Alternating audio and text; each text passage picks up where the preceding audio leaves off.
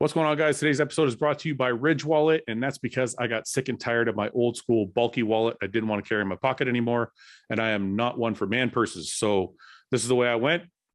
Holds up to 12 cards, has a money clip, so takes care of my stuff that way. The whole thing is about the size of a credit card, so slides right in my pocket, no problem. Also comes in about 30 different styles. This is forged carbon, but it comes in aluminum, titanium, a whole bunch of other colors and materials. If you buy right now, between now and September 18th, any purchase is going to enter you into a contest to win a Jeep Gladiator. You can get the off-road version or the convertible version if you win. And all you got to do is use code RBP or go to ridge.com/RBP.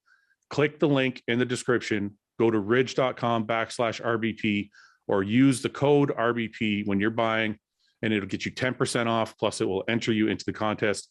Win that Jeep, guys. Thanks a lot. Check out Ridge.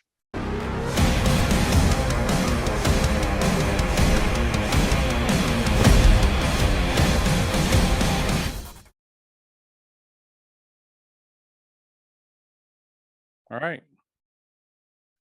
Ian, what's up? What's up, man? Feel like it's been a while, eh? Yeah, it's been you've been gone for like 2 weeks getting ready for the shows, and I know. We missed last week. We missed you the week before. Yeah. How's everything going? It's good, man. It's good. I mean, obviously Tampa went as I hoped it would. We're in Texas looking to do it all over again, right? You're now officially the best Canadian bodybuilder. Yes. Well, I didn't, but now I do. So thank you for reminding me. No, I think your Olympia placing did that, but now you officially have 3 wins. Yeah. Yeah, to my 2. So good for you, right? Yeah. So listen, why is it that you can't ever catch a break? Is it crazy? Know, I think it's my persona. Maybe I'm kind of, that kind of person. I'm more in the limelight than a lot of these guys. I mean, like the guys that, like Phil Clahere, a great bodybuilder, but he's got 1,000 Instagram followers. I mean, Max Charles is not nearly as popular on social media. Last year, guys like Justin or Sam Mustafa when I did New York. I mean, it's like a heavy lies the throne kind of thing. It's like, when you get to the top and there's more people and more eyes on you. And, I think also the initial photos that came out didn't do me a service. And I mean, I cared about it last year at New York. I could literally give 2 flying fucks this year, to be honest. Yeah. I know that I deserved that win very handily. Anyone that was there in person, when I got off stage at prejudging, I mean, even Branch Warren came up to me. He's like, bro, you just fucked that shit up. I have absolutely no doubt in my mind that I won that show very decisively. My perfect score on the scorecard says so as well. I think Phil Clahere was incredible and he improved leaps and bounds from Chicago. But I think, by someone putting up one pose where Phil beats me doesn't mean that you beat me in a show. And I'm very happy with the way I looked. I think for my first outing of the year, where I'm notoriously a bad, slow starter, that was by a humongous margin the best first showing I've ever had in my career. It's also the first time I've ever done a one and done in terms of a qualification. And it just makes me very excited to know that that's my starting place. And I know I'll be sharper and I'll be better in Texas. But I mean, you know what, man, like, it's taken time for me to mature, and realize that you can't make everybody happy, and that when you're winning, there's always going to be someone that doesn't agree with it, and yeah. I'm sure someone like Phil Heath knows that in spades. I mean, even Jay, I'm sure, has felt that a million times, but it's whether you bite into it or not. I mean, even Chris, when he won his first Olympia, I mean, it was a very, very split 50-50, even with the fans. And Chris is one of the most liked and most popular people in the world, So even when you take someone who's so likable and so popular like Chris, and there's a little bit, some pictures are put out or this and that, or you're not sitting where the judges were, or you're not seeing or understanding why they made the choice, it can cause a lot of controversy. And I understand that. But I'm not here to make Instagram happy. I'm here to win bodybuilding shows, Yeah. And that's exactly what I do. Is I've won the last 2 shows I've done, being New York and Tampa Pro. I'm undefeated my last 2 shows, and they're 2 of the biggest shows in bodybuilding. So I feel like I have absolutely nothing to prove other than what I've proven, I got to watch prejudging. I didn't get to watch the finals. So I was on the road, but you looked like you knew you won during prejudging. I could tell because you were the slowest posing. Like you look not, I don't know if you're doing it on, I don't know if you're doing it on purpose, but you looked very comfortable. It's funny you say this because half the people say he's posing so slow because he's tired, or he thinks his head's down because he thinks he's lost. But in my mind, I'm moving slow because I feel 100% confident. I'm taking my time to hit the poses and hit them right. Yep. You know, I felt an immense level of calm, you know, yeah. And I felt immense calm, and I felt immense, I don't know what the word is that I'm searching for, but I just was at peace. I knew that I looked good. I knew that I was in a place that no one at that show was going to beat me at that time. You know, did I think it was my all-time best conditioning? No, but I also don't think that every show is just a gauge of conditioning. You know, I think there's many other factors you can gauge. And I think my conditioning, when you look at it in HD video, was excellent. It wasn't maybe insane, dry, ripped to the bone like I was at the Olympia, but I was 8 pounds heavier. That muscularity showed a lot. You know, and I think that combination of that added size with that very good conditioning is, you know, I think there's other factors, but I think that's why I won that show so decisively. I mean, we're going to go over it in a minute. I want to make a point about what we just, like, I feel like that interaction that we just had about the way I perceived your posing. Yeah. And the way and the way, because you know me. But this is, but I also understand what it's like to be up there. The point I'm trying to make is it's fans always think they got it right, but I don't know if they understand fully what's going on sometimes. Yeah. And I think it's good to explain to people, like, when you're posing slow, it doesn't necessarily mean you're tired. Sometimes and that's what I mean. Sometimes your confidence is just so high that you're taking your time and you're doing it your way. Yeah. The reason I'm saying this is it leads to another point I was trying to make. I got into a debate with a guy online about the show, and without going into all of it, at one point he said to me, "I don't have to be a judge. I have eyes. I can tell what I'm looking at." Sure. And I feel like there's a perception that there isn't a talent in judging. Like I guess what I'm saying is this: the guys sitting on the judging panel have been doing this for 20 or 30 years, and they know someone like Tyler Manning, this is what you grew up in. Or you grew up in it and you've been being at bodybuilding shows. Like, he has an eye for bodybuilding and lived that life more than almost any human in the planet, you know? So the point I'm trying to make is these people have been, it's their job to literally know what to point out, what to pick out, where to place somebody. And I find it strange that somebody can just say, well, I have eyes, I can see what I'm looking at. And I'm like, yeah, but your eyes aren't as educated as the guys who've been doing this for a living for X amount of years. No, so I 100% agree with you. And I mean, look, at the end of the day, I mean, people are going to see certain things they want to see. And I mean, it's, you know how it is, like when you take a progress picture and maybe there's one part of your body you don't like and you completely avoid looking at the rest of it. Like for me, say when I take progress pictures, I mean, I have crazy, ridiculous quads. I mean, you watch the show, I have by far the best legs in that show by a mile. But when I look at my progress pictures, I don't even see the quads. I just look at my chest, you know? And I think these people will be like, well, Iain has no chest. It's like, okay, but maybe my chest is actually not that bad. It's actually gotten pretty decent. Maybe you look at his thick lats, his small waist, his insane quads. Like, they look at one point and hyper focus, where I think judges have a good ability to look at things as an entirety. You know, they look at the entirety of a package. And I think that's why I win shows, is because I'm not necessarily the best at one pose or the worst at one pose. I'm second place or first place in almost every single pose. And like, sure, maybe did Phil Claire's upper back beat me? Okay, sure. But I beat him in the legs. My legs were way bigger. Side shots, I beat him. You know, same with Max and these guys. I mean, I understand completely where people, and at the end of the day, people are entitled to their opinion. But the only opinion that I care about is my own, my wife's, my close circle, and the judges, and that's it.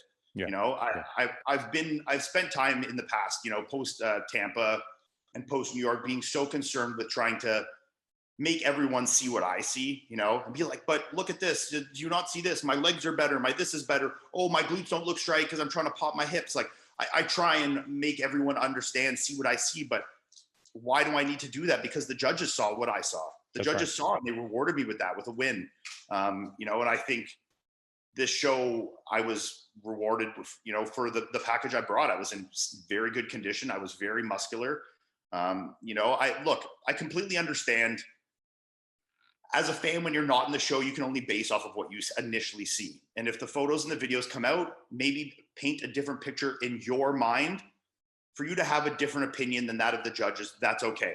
But when you start slinging mud and saying that the judges are fucking idiots or they're fucking blind or that it's politics or, I mean, and case in point, politics, like Phil Klahar came from being third call out the week before. The guy has absolutely no fucking social media. He's 50 years old, 47 years old.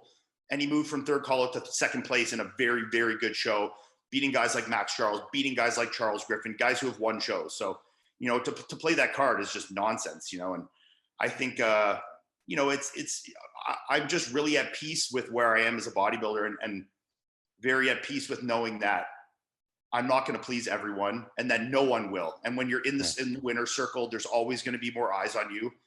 And I'm also grateful in a sense that the pressure is so high and the expectations are so high for me.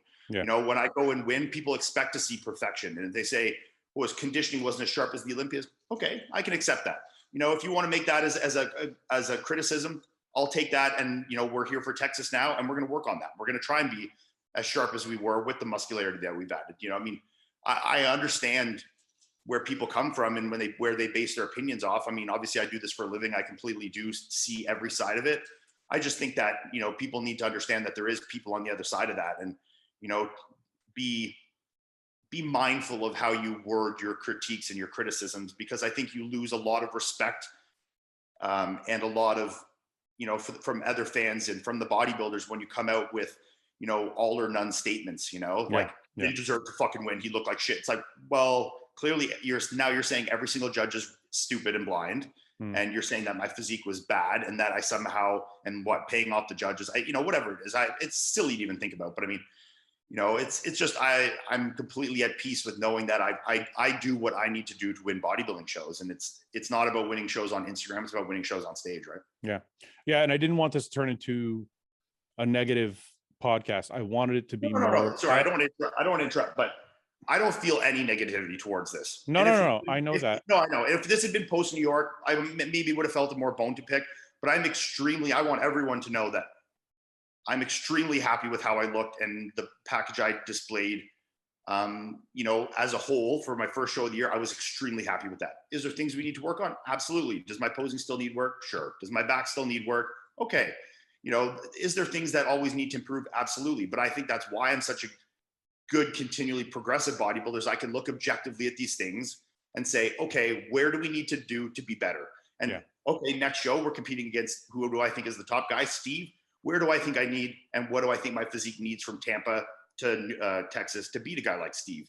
You know, and I take these criticisms from the judges or critiques and I take them and I try and improve and I try and come back with a package that wins shows. And so far in 2019 or 2020 and 2021, I'm 2-0 in my last two shows. So, I mean, I'm clearly doing something right? Yeah. And I didn't mean that you were negative. I just didn't want the tone of the podcast. What I'm trying to do. I didn't feel that from you. I know. What my aim is to kind of educate the people that aren't necessarily on the hardcore side of bodybuilding, or maybe don't fully understand it. And you kind of did in a few ways. Like the political thing doesn't make sense. And one of the main things I think that you said that people don't have a grasp of is looking at an overall package. Like a lot of people were just like, well, Phil was harder. And I'm like, yeah, but it's not just a conditioning show. And Phil was harder. I mean? Yeah, I mean, and that's the thing too. It's like my quads, my side leg. I mean, a lot of things I was considerably harder than Phil. So I mean, it depends where you talk about being harder. Or, you know, and this is the same thing. Like when Chris with the Olympians, people be like, well, Chris has no back. It's like, okay, sure. Chris lost the back shot, but Chris has everything else better, you know? And that's my point is people need to look past. I think my aim of this podcast, not just with you, but on an ongoing basis, is always to teach people kind of, it's not that, okay, you think Phil Klahar's back was better. Okay. It's one body part. We're looking at the totality of a physique and not just one body part or one aspect, say conditioning or whatever. So, or even like you said, conditioning in one area versus another. Well, like Max, for example, Max, you know, in his most muscular front shots has crazy sliced, really nice detailed abs. Yeah. Much better than mine. I'll be the first to say it. I mean, I'm very realistic to where my strengths and weaknesses are. But is his glutes and his hamstrings as hard as someone like Phil's or my own? No. I mean, you need to look at these things as an entirety. And I think I agree with you 100%. I mean, I think, just educating people on these things is the way we need to go. And I think, when people start, like I said, just like slinging mud on it, they're throwing away their opportunity to learn, And they just need to look at it and be like, oh, okay, I didn't see it that way. Thanks for letting me know, or I still don't agree with you, but I see where you're coming from, and I'm not trying, like I said, I'm not trying to make everyone agree with me. I could care less. I mean, it really means nothing to me. I just want to win shows. Right. Yeah. No. And that's, I completely agree with you in what you're saying. Yeah. And the conversation I had with that gentleman on Instagram, the first thing he said is, well, I don't think you deserve to win. And I was like, can you explain why? And he couldn't. And I think that's the problem, is explain. You can't just say, I like this physique better. Tell me why. And then we can have a conversation, and then I can explain to you why you may be wrong, or why I might be wrong. Yeah. But a lot of these people, Max is a perfect example. A lot of newcomers to the sport will see a set of abs like Max's, and they're like, that guy's the winner. They see the striated chest and the 6 or 8 pack, and they're like, that guy's the winner. That's what our moms say. Our moms are always like, yeah, like Melissa's mom will be like, oh my God, this guy's abs are so crazy. Yeah. And I think, but it's okay. It's okay to say that. I think people should know that it's okay to feel that way, because if you're new to the sport, you don't know everything you're looking at. But that's, I think, where, like you said, the way you say things opens up a bigger dialogue, so you can learn why he didn't win. You know what I mean? Yeah. So I think that's what our goal should be, is to kind of educate people a little bit more. Yeah, and look, and people are going to have differences of opinion. I mean, we've done enough shows where, you and I have, made bets on shows, and the shows end, we still don't agree, or me and Mark, all the time watch shows together, and we still might disagree on the placings. I mean, look, I understand that not everyone has the same preferences in physiques. I understand that some people, when you talk about a Chris Bumstead, can't get by the small biceps, or get by, when his back used to be a little weaker, and Brayon's was so much stronger. I understand, and I understand why people can see certain things and can't see certain things. I get that. But where an educated mind comes in is seeing different sides and different opinions, and saying, okay, I don't necessarily agree with you, but I can see why they chose this. I can see that Iain was the most complete. I can see that his condition was excellent, and he had the most muscularity. I can see why he chose these things, even though I disagree, and that's true. I mean, and look, like I said, all I'm trying to do is win shows here. So, and people also need to remember, I don't judge the shows. So if you want to come on my Instagram and say you didn't fucking deserve it, it's like, oh, okay, go right to Tyler Mannion's page. Why are you telling me? Like, you know what I mean?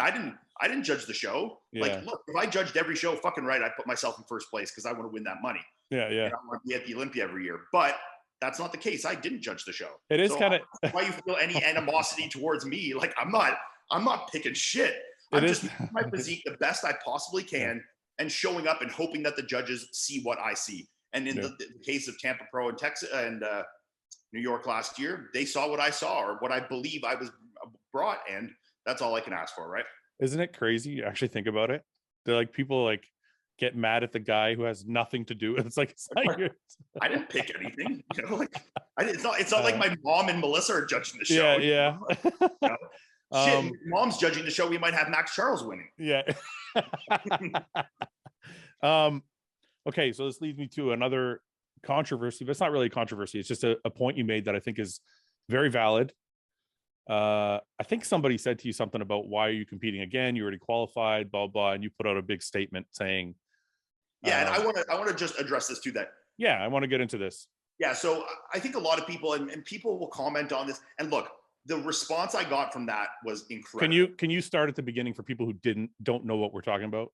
Okay, so I made a post just on my story. It wasn't a grid post, but a story on Instagram, just explaining as to why I decided to do the Texas show even after I'd won and was qualified for the Olympia. So, but before you go on, I'll explain. I'll continue where okay. 99.9% of people and 100% of people that understand bodybuilding agreed with my decision. There was a few people I got messaging me or responding. And look, I didn't make this post for them. I made this post for my fans and the people that support me, really to just get a buzz going in them to be excited about Texas. Sure. I don't give a shit about appeasing the opinions of these people. This was just a hype, like, let's, you know. So I really want to just get people fired up. And the amount of reposts I got on this, I mean, it must be up in the 10, 15, 20,000, you know? Yeah. Yeah. So, I mean, it did what I wanted. I mean, it got people excited for Texas. It got excited for people to see me and Steve. It got excited for people to see all these guys, Martin, Phil Klahar against me again. I mean, there's a lot of excitement for the show now because of this, because of all these storylines and these narratives. But I think what people were confused about, some, very few, was why would I do this show even though I'm qualified? Because I could potentially be taking an Olympia qualifying spot from someone else. Yeah. Now, it's hard for me to really wrap my head around this concept of this because I'll play devil's advocate. You go ahead. Okay. Go on. Yeah. So in my mind, we're professional athletes. My job is literally to compete and to win shows and to win prize money and to add wins to my resume. I want to retire with as many possible wins on there. Prize money aside. But I love winning money, and I also get bonuses for people that'll be like, well, it's only 10 grand. It's like, wait, that's all you know about. I'm getting 10 grand plus what everybody else is giving me, you know? Yeah. So, Iain, the qualification portion of this. Before you go on, you're not being nice. Okay. That's the argument. Where the nice thing comes in is these guys want to beat me too. They're competitors. They all want to compete against me. Steve wants me there. Steve wants to beat me. Steve wants to prove, hey, this guy thinks he can come into Texas and win my show. Fuck him. I'm going to win the show. You know, and we're professional athletes. We all want to compete against the best. We want to win. And if you can't beat me at this show and qualify for the Olympia, well, be better. You know, if you can't show up there and beat me, well, then that's on you. That's not on me. You know, if there was no prize money, okay, maybe we're talking something a little different. Or if it wasn't for Olympia or, you know, if it was just Olympia qualifications, even then there's still accolades, and accolades are very important to me. When I retire, that's a legacy that I've accumulated that I want to have. The more of these I have, I mean, case in point, Dexter Jackson, he won 30 shows. You think he did every single one of those 1 year, just one show, and the second he was qualified? Well, I mean, what about 2008? Then he was qualified for life. So every show after 2008, he was taking someone's spot, you know? Yeah. But I mean, now Dexter's retired. Dexter has the resume as the most winningest bodybuilder of all time, which is not something I think I'll ever even come close to achieving, but it's a milestone that every bodybuilder can dream of and push towards, of winning as many shows as possible, you know? And two, I want money. I want to win money, you know? This is my job. And to me, winning money is a sign of a professional athlete. You know, when I'm getting paid to go on stage and do my job, whether it's $1 or $1 million, it's me being rewarded as a professional athlete for doing my craft and doing it well, you know? Yeah. I mean, it doesn't really make any sense not to when you're already in shape. The only argument, like I said, is you're not being nice. So the people that I think are against it are like, well, why didn't you just give somebody else a chance? And that's just kind of like a nice argument. Like, you should be nicer to Steve, or nicer to Phil Klahar, or nicer to should Phil step aside so that they can make it. After his first Olympia, be like, oh, I got one. You guys take over. Like, you know what I mean? But it's like, he's like, no, I want that 400,000. I want that accolade. I want more. I want more, you know? Yeah. And when I work my ass off every day, and, you know, we put our health on the line, you know, we put money on the line. One, I want to be paid back for that shit I spent on this prep. And two, I want accolades, you know? I mean, it's as simple as that. And like you said, when there's a week apart, and, you know, being a Canadian, I had to fly into Canada, do COVID tests, or fly into the US, do COVID tests, do all this. When you're talking about an hour and a half flight, you know, from one to the other, and there's a week between, why the fuck not, you know? Yeah. Well, I mean, I think business-wise too, that I think people don't understand is, oh, it's only 10 grand. They also understand you might have a bonus, you might, and then it's not even long-term. Now, if you win this show and then you take a top 5 at the Olympia, or even a top 10 at the Olympia, it's just another win on your record. So when you're negotiating a contract, you can say, I'm a 5-time winner or a 10-time winner, or whatever it is. If you've won 10 shows, plus you've been in the top 5 at the Olympia 5 times, your contract's a lot bigger than the guy who's won 2 shows. And you know what I mean? So these things all add up. Case in point, I mean, when I, you know, was re-signing last year to go into ANS, and I was talking with new companies, and, you know, with Ron Revive, the amount of money I was getting paid from having one pro win at a small show like Spain, to now having a New York pro win, a Tampa pro second place, and Olympia seventh place, almost doubled my value as an athlete. Yeah. You know, obviously my social media and these other things came into account. They grew, you know, and this is where, you know, obviously my marketing potential is more prevalent. Yeah. But, you know, these things add up. And then, you know, there's also, like you said, bonuses and more incentive to win. I mean, you know, people be like, well, it's only 10K, but maybe I actually made double that. And if I do 2 shows in a row, I could have won 40K in 2 weeks. That's nice money. I don't know how many people are making 40K every 2 weeks, but hey, if you are, I want a piece of that action. I'm taking it, you know? Yeah. I mean, you know, in this sport, we talk about contracts all the time. We talk about how you have to be great at social media, and you've kind of found your groove in the social media aspect. Yeah. If you're stacking up wins, you become a unicorn almost, because for companies that want to sign athletes, it's hard to find somebody who's great at both.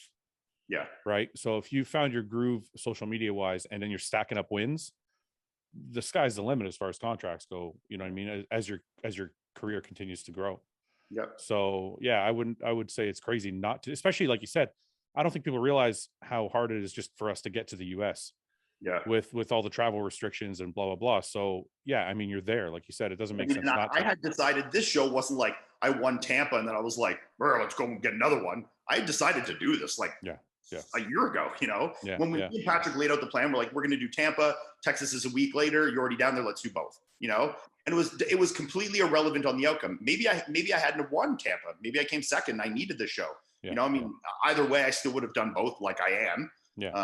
But you know, this wasn't like some last minute decision. This was a plan we had laid out beforehand, you know, with a game plan, and we're following through with the game plan as we had said, right? Yeah.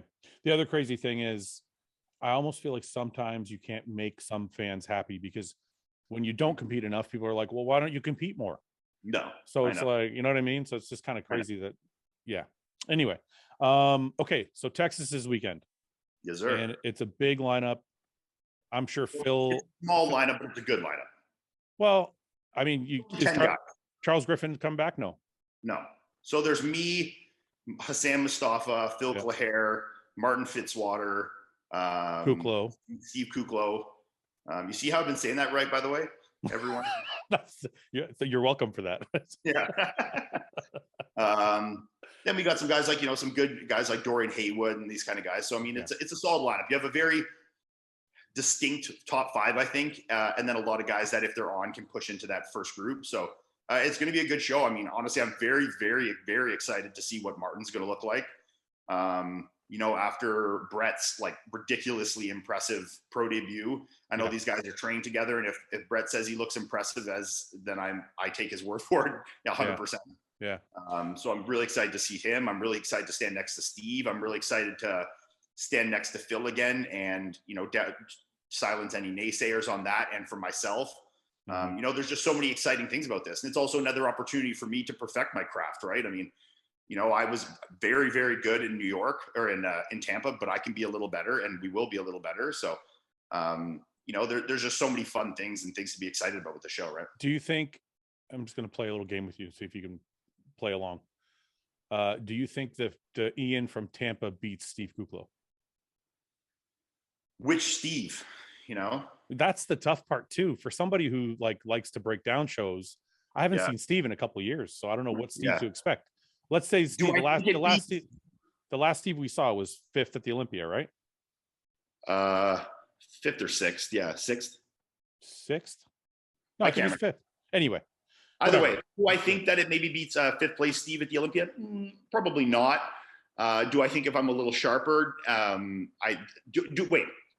do I think I'm capable of beating Steve where I am right now? Yes. Okay. Do I think that how I looked at Tampa was capable of beating Steve at his very best? No. Okay. I think it would be close, but I think I would give Steve that show if he was at his absolute best.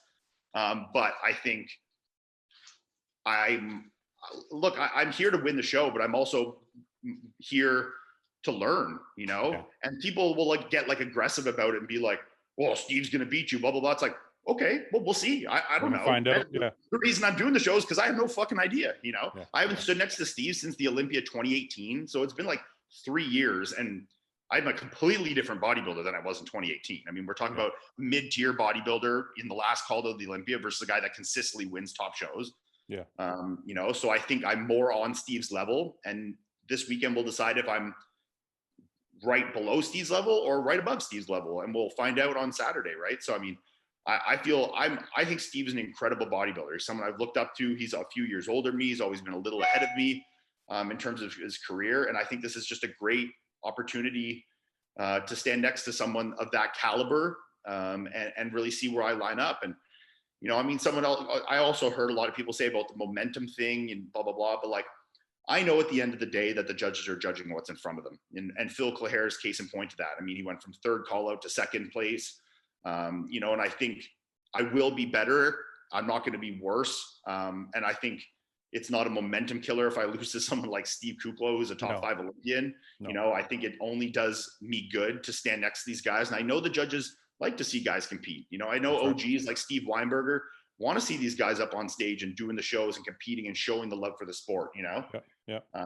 And sorry, when I say Kuklo, I'm not forgetting any of these other guys. I've given my due diligence to shout them all out. Steve is just the main reason for me as a competitor where I want to see line up. These other guys, maybe some of them will beat me. I don't know, whatever. That's not what I'm saying.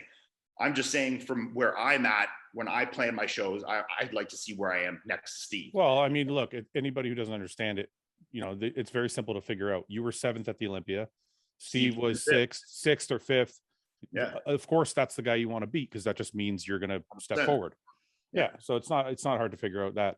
And I say this with all the respect in the world to Steve. I mean, you know, anyone could say this is, you know, it's nothing but a positive of me going into the show. I mean, I feel nothing but peace and excitement going into the show. I'm excited to stand next to Steve. I hope Steve's excited too. You know, I hope all these guys, you know, Martin and Phil and all these guys are excited to compete as well. I mean, you know, there's nothing but positive tones in my voice when I talk about the show. Yeah. I want to ask you something, and I think I know the answer, but just so people listening can get a grasp of it. So we talked about momentum already.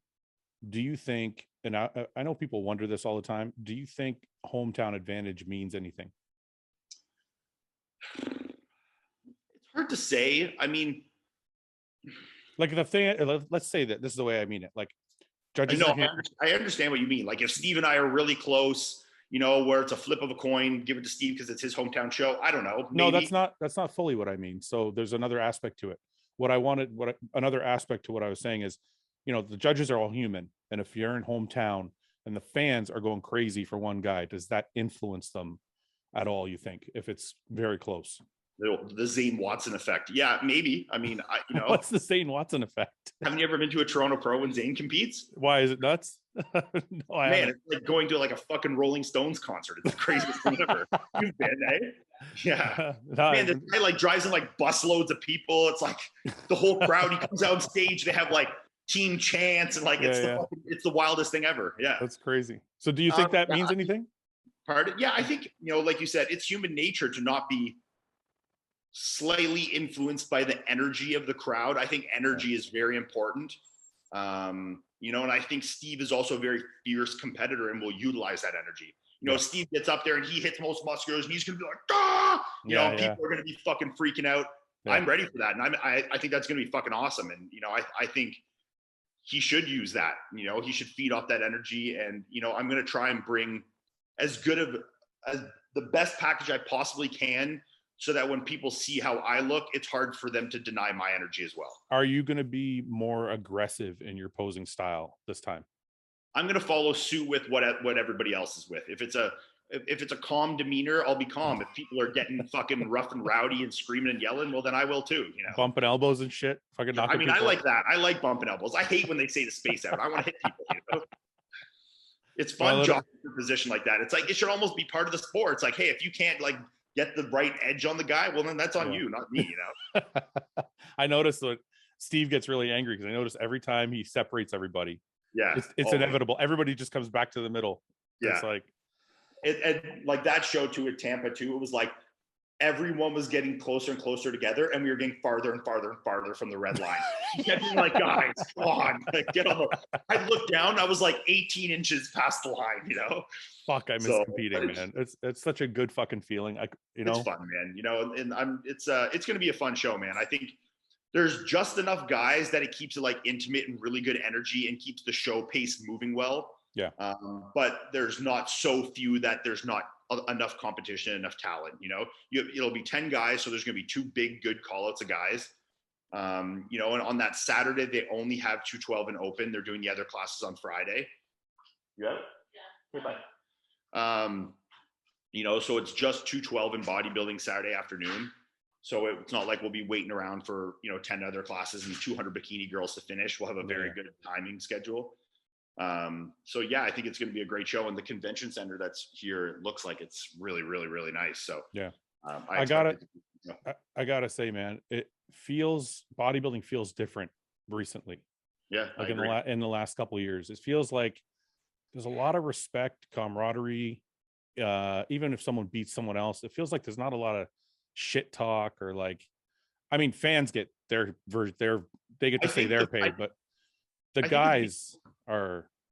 I think the competitors are rising above that social media stuff now. Yeah. You know, I think guys are seeing that the negativity can be out there from these, you know, there's so many YouTube channels that are like, get a quick click now, you know, that just make it all off like, did Ian deserve to win, or Steve versus Ian? Like they, you know, they try and make it like all negative connotation. Yeah. And I think that the competitors have really got good at rising above it and maintaining their camaraderie and maintain their respect for each other. And because at the end of the day, look, we all realize that disliking each other doesn't make you a better or worse bodybuilder, you know? Mm-hmm. Like we all go and we all try and look our best, and the judges place us. If I'm like, fuck this guy, it doesn't make me beat him. Like, it's stupid, you know? Yeah. Like it's not like boxing or something where like, you know, having a little animosity and a little bit of aggressive energy and something to get in the ring and fucking kill somebody can be useful. In bodybuilding, it's nothing, you know? Yeah. So, I mean, you know, I think there's a level, you know, of maybe having some desire to win and to help you train. But I think that comes internally from your drive as a human. I don't think that comes from disliking or, you know, causing, you know, a negative tone to other competitors, right? Let me ask you this. And we know about all the YouTube channels that are just trying to get fucking views, but let me ask you this about backstage. Your connection backstage with, say, Max or Charles or Phil, even, you guys are probably cool, right? Everybody's probably shooting the shit, talking, or is there kind of a quietness about that backstage? It's a bit of both. I mean, it depends on the show. I mean, it was a little quiet, but like, you know, it was good energy. I mean, as unfortunate as it is, some guys like Max, I think, you know, it has become a little negative feeling because of my past with Milos. You know, so when I see Max backstage, it's like, we'll give props and it'll be kind of what's up, but it doesn't really go much more than that. But I mean, everybody else, it's very positive energy. I mean, you see all these guys that you've seen a million times, you say what's up and give them a hug, and, you know, I mean, it's great energy, you know. I mean, you know, even at the end of the day, like, you know, I could tell Phil was very upset to have lost that show. I think he felt very, very close. And when he lost, he was, you know, I think it was something that he had been so close to as an older guy, kind of slipped out of his fingers. And yeah, I know Charles Griffin wasn't super happy with his placing, but at the end of the day, I mean, we got off stage and they said, you know, props to me and what's up. And if I saw them after the show in the hotel, everyone said congratulations. And, you know, it's very good energy. I mean, there's no animosity there whatsoever. But but it's not like, no, we're not like sitting back and like, oh, how's your wife, homie? Like, what's up? Like, no, it's no. not. No, I don't mean it like that. I mean it like, for all the negativity and shit that comes out of social media, it's not there. That's what I'm saying. Like, I think people should understand that all the guys have respect for each other. 100%. And I think that's kind of like, I think if people feel that way, then maybe they will have a little bit more respect in their critique of the show or critique of whoever is placing wherever they're placing. You know what I mean? Yeah. So I just, I think it would be good for people to see that or hear about that, because they need to know that even though Phil wanted to win, and the reason I'm bringing it up is just listening to you talk about the show and listening to you talk about Phil, you haven't said anything negative about him at all. In fact, No. you've actually praised the fact that he did so well from the previous. Incredible. Yeah. Yeah, he did look very, very good. So listen, so what are you guys doing before you go? I just want to ask you quickly, what are you doing differently between this show and the last show you want to get a little tighter? Yeah, I'm going to bring it down. Like I was pretty heavy for that show. Like yeah, you said you were 263. Yeah, I was like well over 260. Fuck, so dude, holy shit. So, I mean, for the level of conditioning I brought, I was very, very happy with how big and heavy I was. Yeah. But I know there's also a lot of room to work with there. You know, I know that I can be as low as 250, like at the Olympia, I was 251, 252. I can be as low as mid 250s without looking small at all, you know, still being one of the bigger guys. Yeah. So I think we'll probably be down like probably in the 257, 258 range for the show. Be a little crisper. I mean, I don't know if you saw the back shot I posted last night. You know, that was like at the bottom of flatness. We've really pushed, you know, a little tighter, and I'm even tighter than that this morning. So, you know, we're really pushing the conditioning to make sure that it's super crisp and that the judges can see that I know what I need to improve, you know. I forever have to look at your fucking ass. Yeah, man. You know, we're sharper for sure, and I'm even sharper than that this morning. So yeah. You know, it's just it's just, you know, take it and be sharper, right? Okay. So I think your fullness was good. My fullness was good. I mean, my weight was high, my fullness was good. When I pumped up backstage, I lit up like a match. So I know that, you know, from a water balance and carb standpoint, we were good. You know, there's no worse feeling than like when you're trying to get a pump backstage and it's like you're trying to do something and there's just zero response. I got the response, especially my chest. I did 10 push-ups. I felt like it was going to explode. So, you know, from a water balance and everything standpoint, you know, from, you know, keeping water in and all that, I think we managed that properly. Yeah. We'll just come down a few more pounds going into it. You know, like some small things like lowering the GH a little more, stuff like that. So just to get a little more crispness and more detail into the skin, bring the weight down a little more. And I think that'll be enough here. When's your last training day? Are you still training today or no? I'm just going to do like kind of a quick upper body pumpy kind of thing today. Yeah. Do you do any real workouts between last show and the show, or they're more just pump workouts all the way through the week? I did a hard leg workout Sunday. You did? Yeah. I mean, like, was it, if I was training with Mark level of hard, like where I'm doing forced reps and stuff like that? No, I trained till failure, you know, in a 10 to 12 kind of rep range. But there was no intensifiers, no forced reps, nothing like that. But it was a hard workout, like, you know, 99%. Yeah. And then, that and my chest day on Monday were pretty intense. Back day, like, and that it started to come down a little bit, like where it was maybe 90%. Like, so I might've had like one rep in reserve or two, but still like really good squeeze and making sure I was getting a good pump and it was a good hard workout. But no, I mean, you know, I want to take advantage of the workouts, but I also don't want to have like any residual inflammation. I want to let things come down. So, but my weight has been coming down exactly how we hoped. So I'm not like, there's no inflammation sitting around there. Where are you at today? I was like 258 or something this morning. Yeah. Perfect. Yeah. Did you eat? I'm gonna guess did you have a charcuterie board after your win? I didn't really eat shit. Like, we went to this restaurant called Dats in Tampa, which was really good. They had really good apps. So I had like, you know, like some kind of fancy bacon mac and cheese and like some of like these cool, like, you know, like appetizer bite things. And then we went to this place next door and had some ice cream and stuff, but that was it. I had like one big meal and then I woke up the next morning and did cardio and trained legs and back right back at it. Yeah.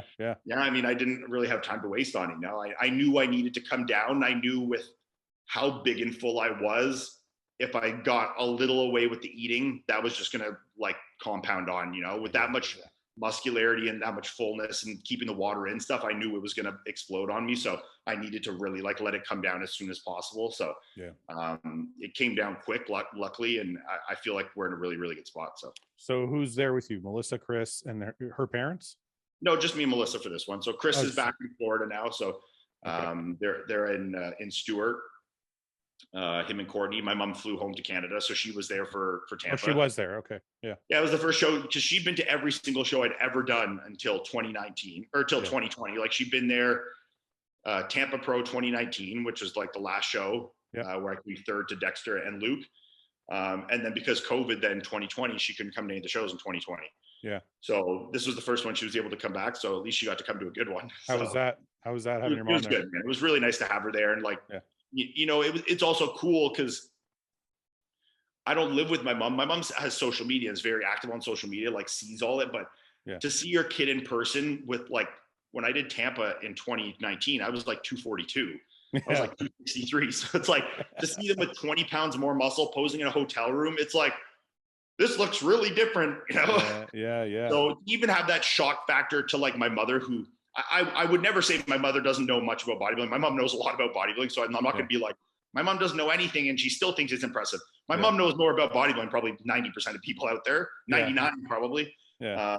But to even, someone that even knows bodybuilding to have kind of a shock factor made me feel good, So and then to go out there and win and, it felt good, to have the whole team there and the support system there. And, it does a lot for me in my mental state, just to like have everyone there and, keep me calm. And I felt like such in a good headspace going to the show. And I think it showed in my physique, and you obviously noticed it in my posing, So, it was just good. And, we're still nice and calm here, and to have that monkey off my back in terms of the qualification. Cause like, this is really the last show. So if I hadn't done it there, I'm now like fighting against Steve to get the one and only spot, which is a sticky and very anxious spot to be in, Or you got to win the Arnold's, which is another. Or win the Arnold's, which is even worse. So, it's a very like peaceful, but like, I don't want to say relaxing because I'm not relaxed. I'm still very excited and hopeful for the opportunity that I have to be better again. Like I'm not looking at like, my qualification's done. Like, whatever, if we, show up here, if I lose, who cares kind of thing. It's like, I'm here to win. It's important. It's important. It's important for a number of reasons. And, just because the qualification's out of the way doesn't make it less important to me. It just makes the importance shift a little different. This is, look, as a fan, you have your own reasons, right? As a fan, and I'm pretty sure other fans see this too, but as a fan, the storyline is Iain going to progress past where he was at the last Olympia? And Steve Kuklo is a hurdle. Yeah. So that's the storyline, you know what I mean? And then there's smaller storylines like, is Martin Fitzwater going to make an impact, and where will he make an impact, and all these other things. But did you do predictions for this show already? I haven't been on. You're my only interview this week because of John's passing last week. I'm interested to know where you think Martin's going to place in the show. If I had to guess, so you said you, Kuklo, Mustafa. Who else is a big? Is Shaban doing it again? No, Shaban's not here. I think he's good and qualified now. I don't know if Max is in the show or not, though. Phil Klahar's here. I'm going to say Martin will be fourth. Fourth behind Phil. I think if Phil screwed me once, because when Phil did Chicago, I had him in fifth or sixth in my prediction, and then he ended up in third call out, and I'm like, and then it goes the other way and ends up in second place. And then in Tampa, I didn't even put him in the top 5, and he ends up in second. So I don't know what to do with Phil, but I'm assuming he's going to show up like last week. And if he does, I think he'll be better. If he does, I have him in third, and then I would say it'd be tough. I don't know what Martin's going to look like. So I made this mistake once with Brett, so I don't really know. It's tough. I don't either. That's why I want your opinion. I'm super excited to see what he looks like. I mean, Brett was so impressive to me. Like, that was one of the most impressive, like, cleanest looks I've seen in a while. So if Martin even looks 90% as good as Brett, it's going to be I don't know how big Martin got in his time off. That's the only reason why I can't put him in third. Well, Martin, I know is a smaller guy than Brett. I know he's a little shorter and not quite as heavily muscled. And obviously guys like Phil Klahar and Steve Kuklo are like fucking 6'1". Kuklo. Did I fuck it up again? It's when I get talking fast. I know you can't. Sorry, Steve. Sorry, Kuklo. It's okay, man. I needed a laugh this week. It's all right. But yeah, no, I'm so excited to see where he is. So I mean, it's I've heard he looks awesome, and it'll be good. I think he'll have a really, really, really, really good pro debut. So I'm gonna go with my gut, and I'm gonna say Martin's in fourth. Yeah, I think he'll beat Hassan, only because Hassan's done every single show this year, and I think he's going to be more. I don't think his conditioning will be better. I think he's just getting tough. I think he needs more rest and more food before he can bring those glutes and hamstrings tight. Yeah, he needs to start. I think he needs to start fresh, but maybe he's just working on points. I don't know. Okay, man. Listen, I'm going to let you go and focus on the show. I appreciate you giving me a little bit of time today, and I wish you luck, man. I hope you fucking win. Me too. Thanks. I don't know. I honestly don't know who I have first or second. It's going to be really, no, I don't. I can't. I mean, that's fair. I mean, Steve's awesome. I mean, it's going to be a really, really good, exciting show. And I mean, I hope for the fans, we can put on a show and make it really exciting. I hope I can be close that gap as much as possible, if not past Steve, so that it does make it very exciting. No, I definitely think you've closed the gap. It's going to be it's a really, really, this is the thing. It's not as deep a lineup as some of the other shows, but that you and Steve are very interesting because it's not an easy call to make for anybody. Yeah. And I don't think it's going to even be an easy call on stage. And unfortunately for you, after this show, if you win, you're probably gonna have to deal with the 50% of Steve fans.